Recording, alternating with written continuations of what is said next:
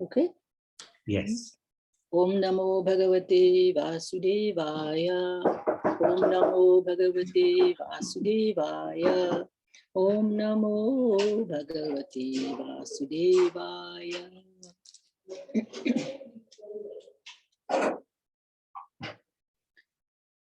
Okay, so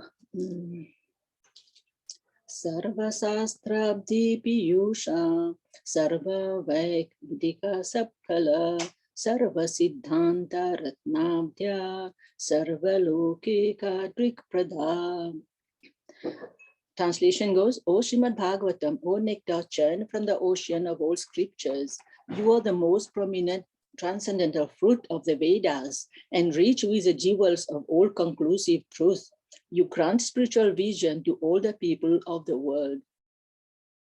Sarva Bhagavata Prana, Srimad Bhagavata Prabhu, Kali Dvando Dita Ditya, Shri Krishna Parivartita.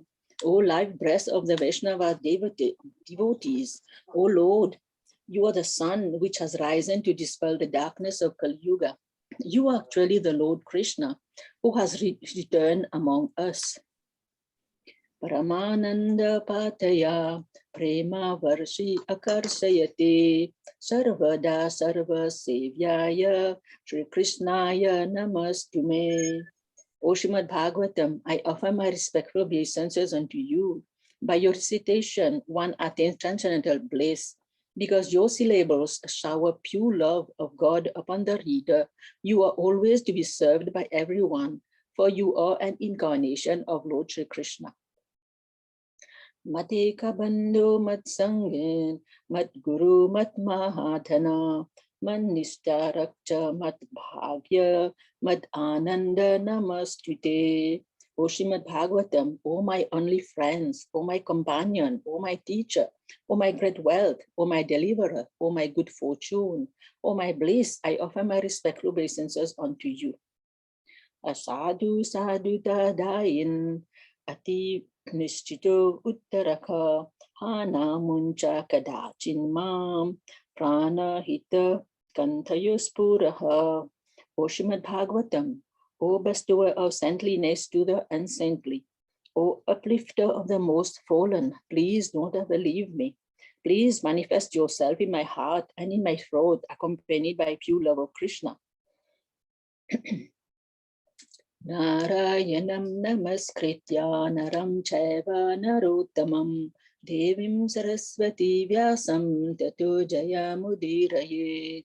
Before reciting this Srimad Bhagavatam, which is a very means of conquest, one should offer respectful obeisances unto the personality of Godhead Narayana, unto Narayan Rishi, the supermost human being, unto Mother Saraswati, the goddess of learning, and unto Sri Vyasadeva, the author. Nashtaprayeshu bhadreshu nityam bhagavate sevaya bhagavate uttam sloke bhaktir bhavati naishtike. By regular attendance in classes on the Bhagavatam and by rendering of service to the pure devotee, all that is troublesome to the heart is almost completely destroyed. And loving service unto the personality of Godhead, who is praised with transcendental songs, is established as an irrevocable fact. Hare Krishna, Krishna Krishna, Hare Hare, Hare Rama, Rama Rama, Hare Hare. So, Canto 8.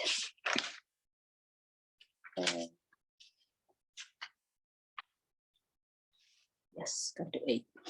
I'll start with chapter 1. If we want to listen to the pastime of the Lord to protect this human life, we should inquire submissively from a bona fide spiritual master and carry out the instructions dutifully. And title of the first chapter is The Manus, Administrators of the Universe. So at the beginning of this canto, we see how Srila Prabhupada went to meet his spiritual master and got instruction from him to print books and build temples, which of course Srila Prabhupada kept in his mind for years before carrying out the instructions. He was very submissive to his spiritual master. Similarly, we see Parikshit Maharaj also, who was very keen in listening to his spiritual master, Sukadeva Goswami, about the pastime of the Lord. Sometimes Sukadeva Goswami will narrate one pastime in one line to check if Parikshit Maharaj was still interested in listening to him.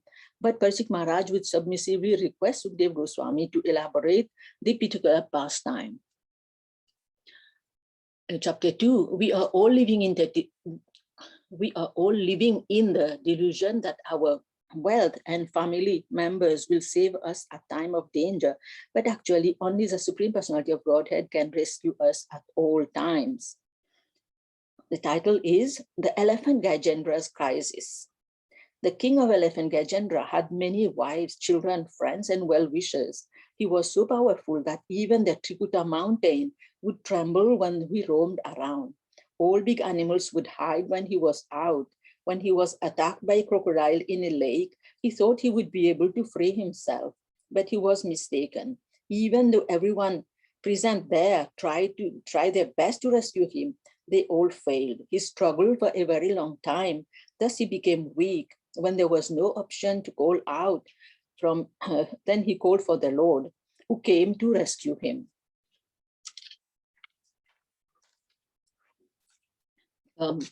Chapter 3, our ultimate goal of life is to understand that we are all caught up by that eternal time and we may die at any moment. So we should take shelter of the Supreme Personality of Godhead who can save us from the struggle of this material world.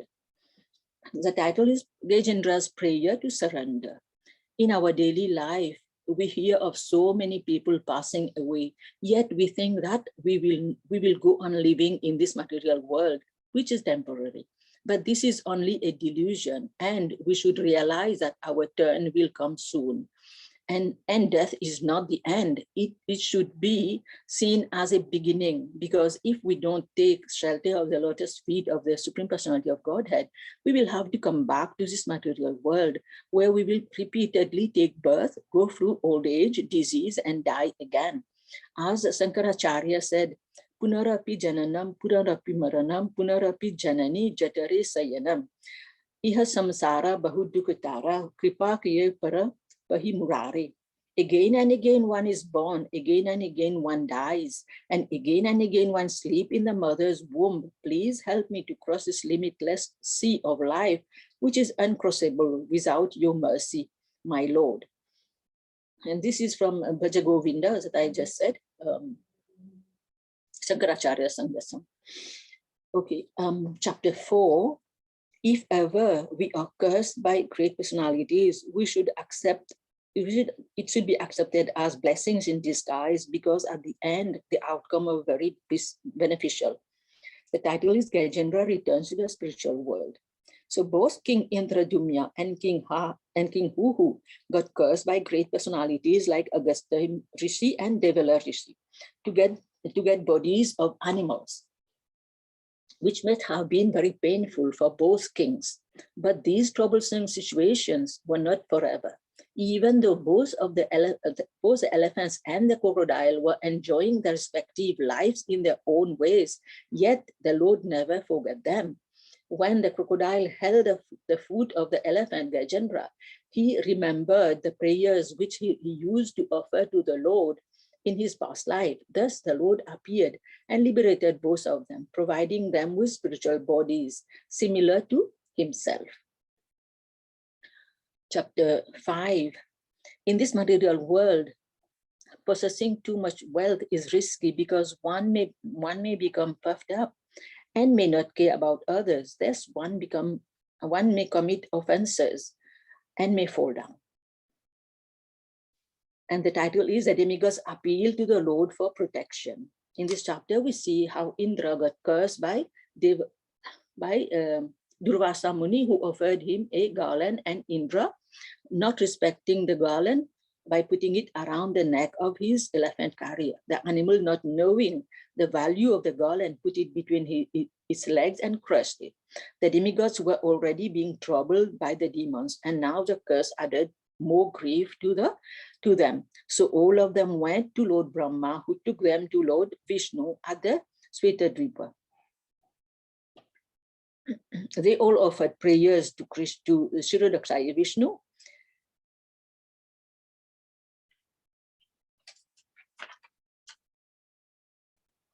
Yes, they all offered prayers to Shirodakshaya Vishnu and asked for help from him.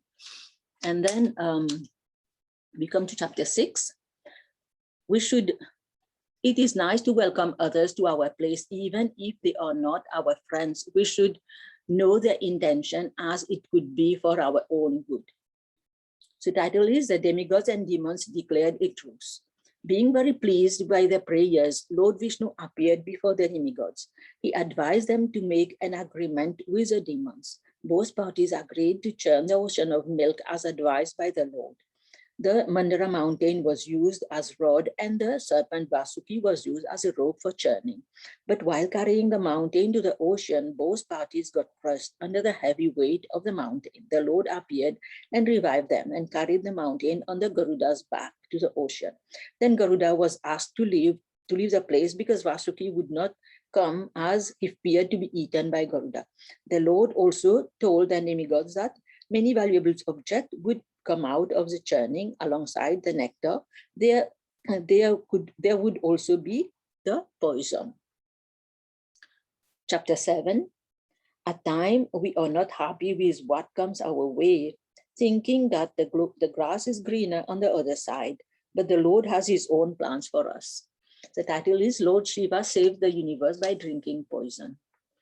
As stated by the Lord, lots of different objects came out of the churning of the ocean. But before that, while churning the ocean, they realized that the Mandara mountain was sinking into the ocean. Seeing them distressed, the Lord appeared as a gigantic tortoise, Kurma Avatar, and supported the great mountain on his back so as to facilitate the churning process.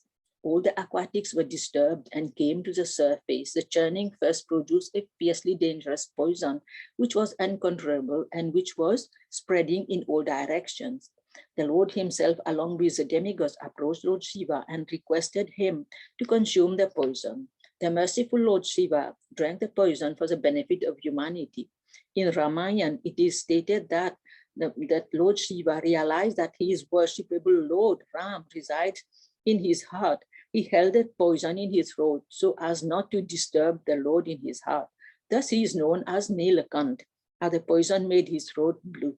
Some reptiles and animals whose bites are poisonous also drank some of the poison which fell from Lord Shiva's palm. Chapter 8. Sometimes we may think that we are the controller of our lives, but we are controlled by desires. Actually, the Supreme Personality of Godhead is a true controller. Ishvara Parama Krishna. The Supreme Controller is Krishna. Title is The Churning of the Milk Ocean. After Lord Shiva drank the Kalkuta poison, both the demons and the demigod resumed the churning. Many valuable objects were generated. For example, a Surabhi cow went to the Brahmanas. The horse Uchayeshrava was taken by Bali Maharaj. Lord Vishnu took the Kaustubha gem. Many powerful elephants went in different directions. The Parijat flower and the Apsaras were also generated. The goddess of fortune also appeared and accepted Lord Vishnu as her husband. The goddess of drinking, Varuni, was accepted by the demons. During the final churning part, a partial incarnation of the Lord appeared as Dhanvantari and carrying a jug of nectar in his hand. The demon immediately snatched the nectar and began to fight among themselves. Lord Vishnu appeared as Mohini incarnation, the most beautiful woman of the universe. A very elaborate description is given of her beauty, of the bodily features in this chapter. This beautiful woman form of the Lord aroused the lusty desires of the demons and their mind got diverted. And chapter 9, the Lord always protects his devotees, even though both devotees and non-devotees may be performing the same activities in the same field, but the devotees achieve better result at the end. The title is The Lord Incarnates as Mohini Murti. The beautiful incarnation of Mohini Murti enchanted the demons so much that they stopped fighting over the nectar and immediately handed the pot to Mohini. She made them promise to do as she pleased. They were so full of lusty desires that they accepted everything that Mohini said. The Lord, as Mohini, told them that since both parties churned the ocean, she would like to share it with the demigods also. The demons accepted, but one of them, namely Rahu, dressed as a demigod, sat between the moon and the sun, and Mohini offered him the nectar. The moon and the sun and Mohini then realized that Rahu was a demon. Immediately, Mohini invoked the Sudarshan Chakra and severed his head. Thus, Rahu heads remained immortal as he tasted the nectar and his body died. Then Mohini disclosed his original form as a Supreme Lord in the presence of all the demons. Chapter 10. It doesn't matter how powerful some living entities may be, but if they don't take shelter of the lotus feet of the Supreme Personality of Godhead, they are never successful. Title is The Battle Between the Demigods and the Demons. So after the Lord fed the demigods with the nectar, the demons became very angry and they declared war against the demigod. From both sides, the great personalities fought with equally potent fighters. Sometimes the demigods were prominent and sometimes the demons were, but the demons were defeated at the end. Then they fought very fiercely using the illusory weapons. They created a magical atmosphere and they were invisible.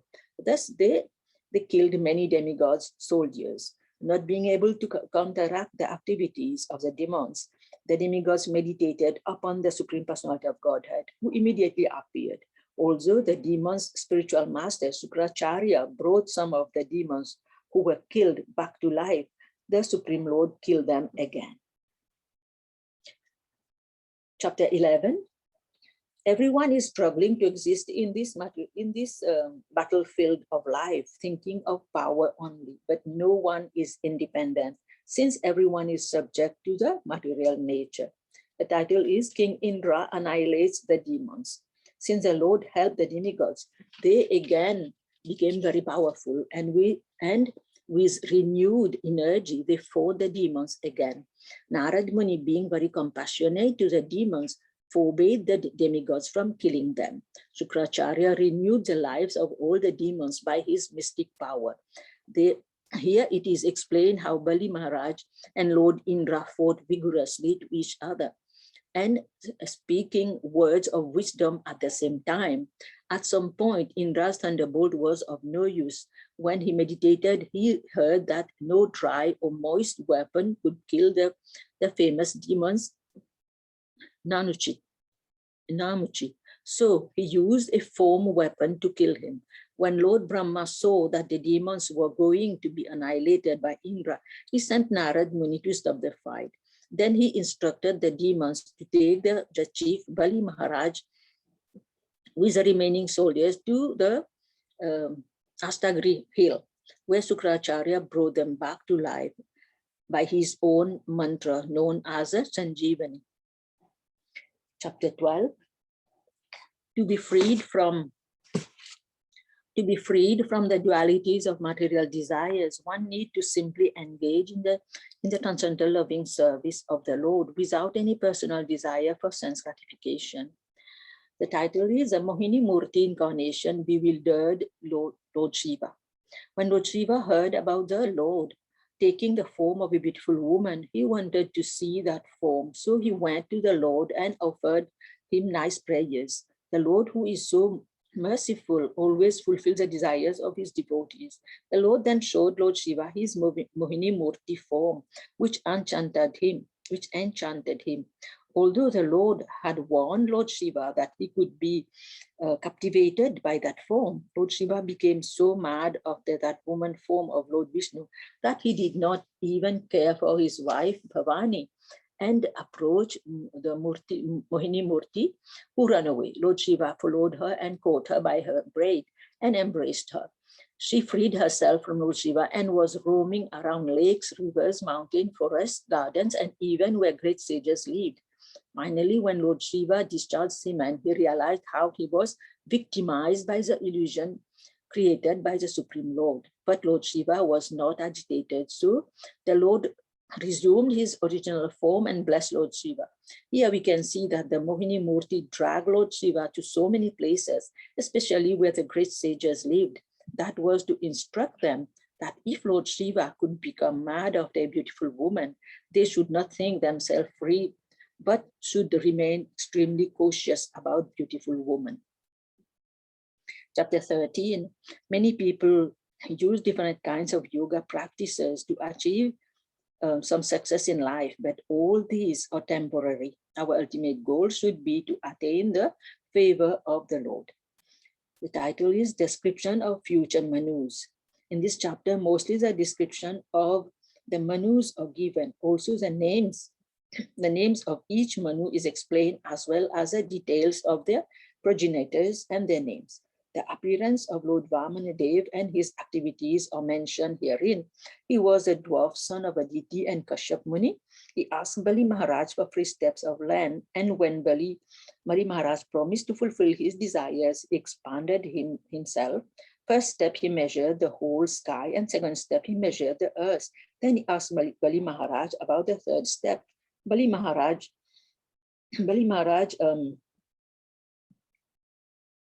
asked the Lord to put his step on his head. The Lord was satisfied with him. They sent him to the Sutala Loka, where he was installed as king. That planet is more opulent than the heavenly planet of Indra, as the Lord out of his, the Lord himself is the doorkeeper of Bali Maharaj. Many other incarnations of the Lord will be there in one day of Brahma. Chapter 14, this present age is an unlimited ocean of fault, and our eternal occupational duty is to serve the Lord, who will surely liberate us from the miseries of this material world. The title is A System of Universal Management. Yes, Sukdev Goswami explained to Parishit Maharaj how the Manus in each Manvantra are engaged in their respective duties by the order of the Lord in his various incarnations.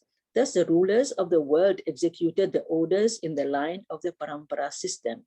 Actually, our Krishna conscious movement and the chanting of the holy name also was given to us by Lord Chaitanya Mahaprabhu, who is an incarnation of the Lord, and also said that if fortunate people of this time accept the instruction of Lord Shri Krishna, they will certainly be happy. Lord Chaitanya Mahaprabhu is also in the line of disciplic succession.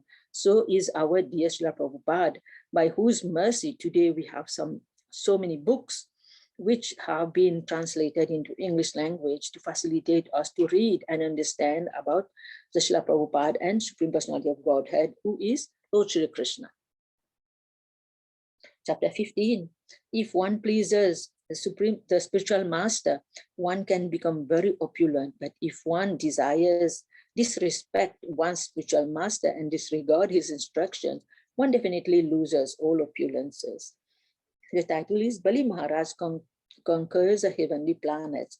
Previously, we read that Bali Maharaj died in the battle, but his Guru Shukracharya revived him. On advice of his spiritual master and the Brahmanas, Bali Maharaj performed 100 Aswamedha Yagna. During the fire sacrifices, he received a celestial chariot covered with gold and silk, and yellow horses, and a flag marked with a lion, a bow to quivers of infallible arrows, and celestial armor from the sacrificial fire. His grandfather, Prahlad Maharaj, gave him a garland which would never fade, and Shukracharya, his spiritual master, gave him a conch. He got benediction from all of them. Thus he became very potent, and nobody could face his prowess. He attacked Indra's planet, which scared all the demigods, who then consulted their spiritual master Brihaspati. For their benefit, Brihaspati advised all the demigods to disguise themselves and to live in incognito, and to also take shelter of the Supreme Personality of Godhead. When the demigod disappeared, Bali Maharaj brought the free world under his control and began to enjoy the kingdom, thinking himself very satisfied. Chapter 16, sometimes due to attachment, even highly elevated souls in the household life pray to the Supreme Lord for sense gratification, forgetting that they are temporary. Title is Executing the Payuvrata Process of Worship. The mother of the demigods, Aditi, was very much afflicted by the separation of her sons, since they were invisible and bereft of their kingdom. Her husband Kashyap Muni came home after a long absence as he was meditating. Seeing Aditi in a bad shape and lamenting, he advised her to execute the Payuvrata, which is a process of worship to Lord Vishnu. Lord Brahma instructed Kashyap Muni about this process, which is performed in 12 days. Aditi took the advice very seriously, executed the process, keeping celibacy, since she lived only on milk. She lived only on milk for the 12 days. She bathed the Lord with milk daily and dressed him with proper garments and ornaments, offering flowers, garlands, and incense and other paraphernalia. She also offered prasadam to everyone on the 13th days. She satisfied her spiritual master and the brahmanas by giving them clothes, ornaments, cows, money in charity. Aditi was very determined to perform this ceremony because she was in distress. Chapter 17. When one surrenders unto the Supreme Lord, one surpasses the influence of the illusory energy, because the Lord gives the intelligence by which one is sure never to fall into illusion. The title is The Supreme Lord Agrees to Become Aditi's Son. The Supreme Lord was very satisfied with the Payuvrat and prayers of Aditi, and also with the austerities and penances of Kashyap Muni. So he decided to become their son. The Lord said, since the demons were being protected by the Brahmana, who were favored by the Lord himself, it was very difficult to defeat them. So to help Aditi to unite her with her sons and to reestablish them back to their kingdom, the Lord agreed to take birth in their house. Chapter 18. If we try to understand that the appearance and disappearance and the activities of the Lord are transcendental, then we may become liberated and we may be transferred to the spiritual world. The title is Lord Vaman Dev, the dwarf incarnation. The Lord appeared as a dwarf Brahmana, Vaman Dev, in the house of Aditi and Kashyap Muni. He was equipped with a conchal disc club lotus and was dressed in yellow garments. Everyone was very happy because of the Lord's appearance. All the great sages and Kashyap Muni performed the birth ceremony of Lord Vaman Dev. He was honored by the sun god Brihaspati, who was a Demigods Guru, by the Mother Earth, by the deity of the heavenly planets, and by Lord Brahma, Kuvera, the seven rishis, and by his mother. Lord Vamandev proceeded to the sacrificial arena of Bali Maharaj. He was carrying a danda, an umbrella, and a water pot. Bali Maharaj was very happy to welcome the dwarf Brahmana, who was transcendentally effulgent. Bali Maharaj offered a nice seat to the Lord, and after washing his feet, Bali Maharaj sprinkled the water on his head. Then he inquired about Vaman's Dev welfare and requested him to ask for anything he desired. Chapter 19. The special favor of the Lord toward his sincere devotee is that he takes away all the possession so that the devotees become fully dependent upon the Lord. Title: The Lord Vamandev begs charity from Bali Maharaj. Vamandev, who is the Supreme Lord, asks for charity from Bali Maharaj. The Lord doesn't need anything from anyone. But here we see that he is begging in the guise of a Brahman. He wanted to reestablish the demigods back into their respective kingdom, which Bali Maharaj conquered. Bali Maharaj's spiritual master, Sukracharya, knew by his mystic power that Vamandev was a Supreme Lord, and he tried to stop Bali Maharaj from promising the free step of land, which the Lord asked for. Despite the arguments of his spiritual master, Bali Maharaj promised to give whatever the Lord asked for. Here we can see that the Lord shows mercy on his pure devotee by taking away all his possession, and then the devotee is completely dependent upon the Lord. Chapter 20. The duty of a guru is to take his disciple back home, back to Godhead, so that the disciple can be freed from the bondage of material existence. Title is Bali Maharaj surrenders the universe. After Bali Maharaj took the vow to give Vamandev free steps of land as requested by the Lord, his spiritual master cursed him to lose all his opulence. But Bali Maharaj did not deviate from his determination. He washed the lotus feet of the Lord and sprinkled the water on his head. He offered the Lord nice prayers and his seed. The demigods were very pleased and they showered flowers on Bali Maharaj. The Lord then increased the size of his body, thus showing his universal form to all the members of the assembly. With his first footstep, the Lord covered the whole earth's surface, and with his second footstep, he covered the whole sky. Thus he pierced the covering of the universe with his toenails. From the hole that was created through the piercing, Mother Ganga descended to the material world to deliver the fallen souls. Chapter 21. We should pray to the Lord to allow us to take birth in devotees' family because they are always engaged in devotional service, thus giving us the opportunity to rise higher. Title is Bali Maharaj arrested by the Lord. After the Lord measured both earth and sky by his two gigantic footsteps, he told Maharaj that he still owed the Lord the charity for the third step. So the Lord arrested Bali Maharaj. Being tied with the serpent Vasuki, Bali Maharaj felt ashamed of not being able to fulfill his promise. Then he offered prayers to the Lord. The Lord was very pleased with the prayers of Bali Maharaj, but the Lord told him that he had to go to the hellish planet because of the curse of his spiritual master. Bali Maharaj was tolerant and he did not hesitate to carry out the order of the Lord. Bali Maharaj lived there more opulently than the inhabitants of the heavenly planets because he was a great devotee and the Lord favored him. Chapter 22. Human life is meant for self-realization and not for sense gratification, which increases the material illusion and which are sources of perpetual sufferings. Title: Bali Maharaj surrenders his life.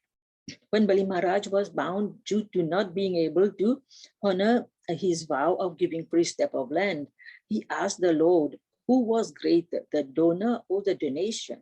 The Lord replied, obviously the donor. Thus Bali Maharaj requested the Lord to measure his head by putting his third step on Bali's head. Being very pleased by his action, the Lord accepted Bali's wish. Also his grandfather, Prahlad Maharaj, was present there. Bali's wife, Vindhyavali, also offered prayers to the Lord. The Lord sent Bali with his family and grandfather to Sutalaloka, which Vishwakarma made according to the wish of the Lord. The Lord also promised to make Bali Maharaj the king of heavenly planet during the period of Savarna Manu. The Lord assured Bali Maharaj of all protection, including those from the effects of bad association with the demons. The Lord also promised Bali Maharaj that no one, not even the predominating deities of the Sutalaloka, would be able to conquer him, and that he would always be able to see the Lord. Chapter 23. Sometimes when a devotee cannot render actual service to the Lord, understanding the situation, the Lord nonetheless accepts the essence of the devotional mentality. Title: The Demigods Regain the Heavenly Planets. Here the Lord shows how he is equal toward all living entities, but a devotee who fully surrenders at the lotus feet of the Lord is different from a non-devotee. The Lord sent Bali Maharaj with his family to the Sutalaloka and reestablished the demigods back to their kingdom, thus facilitating his promise towards Aditi. Lord Indra, along with his associates, were very happy. They offered prayers to the Lord and re-entered the heavenly planet. Prahlad Maharaj, who was satisfied with the decision of the Lord, praised the Lord, offered prayers, and after circumambulating the Lord, entered the Sutalaloka with his son. Chapter 24. If anyone renders any service to the Lord, either knowingly or unknowingly, they are favored by the Lord because the service never goes in vain. The title is Matsya, the Lord's fish incarnation. In this chapter, we learn about the fish incarnation of the Lord, namely Matsya, the first fish incarnation, the Lord's first incarnation as a fish to restore the Vedas from the demons Hayagriva, who stole the Vedic knowledge. So in his second fish incarnation, the Lord appeared as a small fish in the Kritamala river, where a king named Satyavrata was performing austerities by offering water. The small fish asked the king for protection while being held in the king's palms. Not knowing that the Lord had incarnated as a fish, the king put the fish in a jug, but the fish outgrew the jug. The fish was put into different water places, but it still grew bigger. Even the sea could not contain the fish. Then the king realized that it must be the Lord himself. So the Lord, as Matsya, told the king that he had incarnated as a fish to save him and the sages. So the Lord instructed the king how to collect all types of herbs, all kinds of living entities, and the 7 rishis, and to load a boat which would appear during the inundation, which would happen within 7 days. As the fish, the Lord would pull the boat using the serpent Vasuki as a rope. King Satyavrata offered prayers to the Lord who protected them during time of devastation. Hare Krishna. Thank you everyone for listening. Hare Krishna. Thank you very much, Induleka Maji. Very thorough. It was good. Any questions, any comments by anybody?